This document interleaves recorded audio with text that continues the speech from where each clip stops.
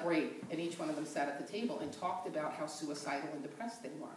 And Bernie said, "You're here to inspire these people. You're suicidal?" Wow. He said, "I've never felt that way." And they said, "Oh, Bernie, you'll get there." And Bernie opens up the conference talking about, how somebody asked him, "How are you?" and how conditioned we are. He said, "Oh, fine, fine." And he said, "You know what? My doctor's out of the office, and I ran out of my antidepressant, so I'm not doing that well today." And he filled me. I'm telling you, he captivated me in that broken state, in that state of not manifesting God's perfection for 60 full minutes. I waited with bated breath. So, how might we handle a period of spiritual desolation? Should you find yourself in it, or should I go through this again, or continue to go through it? First, be grateful for it is, as odd as that might sound, as you can be sure your good is coming. Like muscles that rip at the gym to make way for larger muscles. It has to happen that way. We need the tension. An increase of faith and spiritual evolution is on its way. I assure you, remain hopeful. 2, rest in God often. Meet all the responsibilities of your daily life reasonably well. Do what would be expected of someone in your position, and nothing more. Rest in the magnificence of God. Be renewed, especially in and around nature, if it's possible.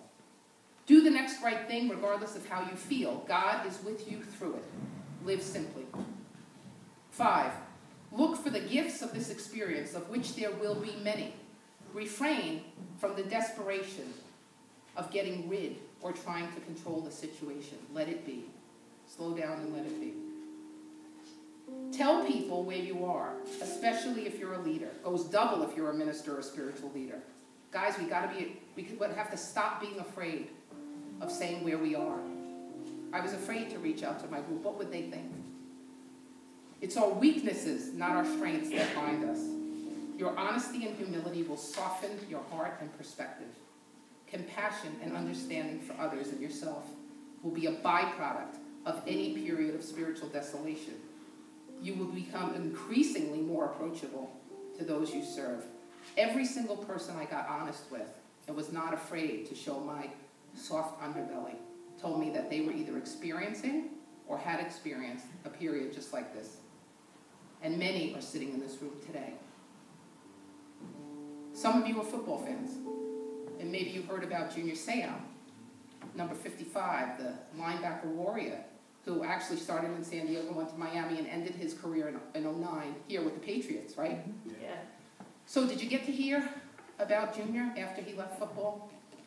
No. Those who knew him well, big, burly football players, talk about Junior and what kind of a warrior he was and how they suspected he might have been depressed for whatever reason after football. Couldn't reacclimate to life, didn't know where he fit in. I think a year ago he drove his car off the cliff.